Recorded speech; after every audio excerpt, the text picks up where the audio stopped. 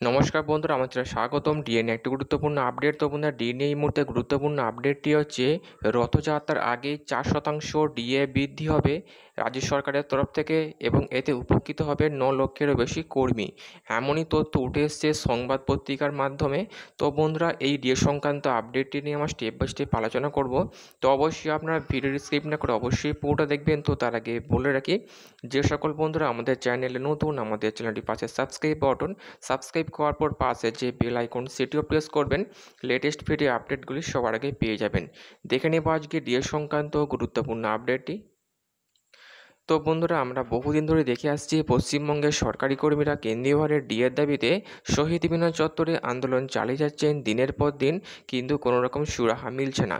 একদিকে মুখ্যমন্ত্রী, অর্থমন্ত্রী, রাজ্যপালকে বারংবার ডিএ বৃদ্ধি নিয়ে চিঠি দেওয়া সত্ত্বেও কোনো রকম উত্তর আসেনি। এমনকি দিল্লির যন্তর মন্ত্র আন্দোলন চালিয়ে কোনো লাভ হয়নি।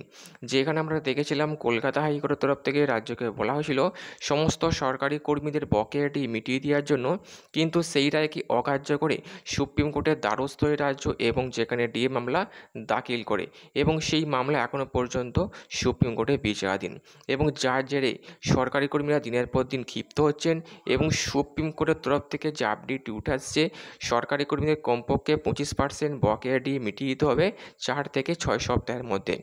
সরকারি কর্মীরা যেখানে বারবার যুক্তি খাড়া করে দেখাচ্ছেন পশ্চিমবঙ্গ ছাড়া বাকি রাজ্যগুলো যেখানে কেন্দ্রীয় সরকারকে অনুসরণ করে ডিএ পাচ্ছে, সেখানে পশ্চিমবঙ্গে এখনও এই মুহূর্তে ষষ্ঠ বেতন কমিশন আওতায় 18% হারে মহার্ঘতা পাচ্ছেন, এবং যে বঞ্চনা কোনোভাবেই মেনে নিতে পারছেন না পশ্চিমবঙ্গের সরকারি কর্মীরা, এবং তারা বিরাট বড় আন্দোলন করবেন এমনটাই হুঁশিয়ারি দিয়েছেন।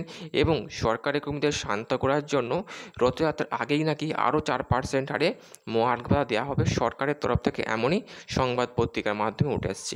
তো বন্ধুরা, এই ছিল ডিএ সংক্রান্ত গুরুত্বপূর্ণ আপডেট। কেমন লাগলো কমেন্ট করে লাইক করতে ভুলবেন না। পরবর্তী আপডেট পাওয়ার জন্য আমাদের চ্যানেলটি সাবস্ক্রাইব করে রাখবেন। থ্যাংক ইউ বন্ধুরা ভিডিওটি দেখার জন্য।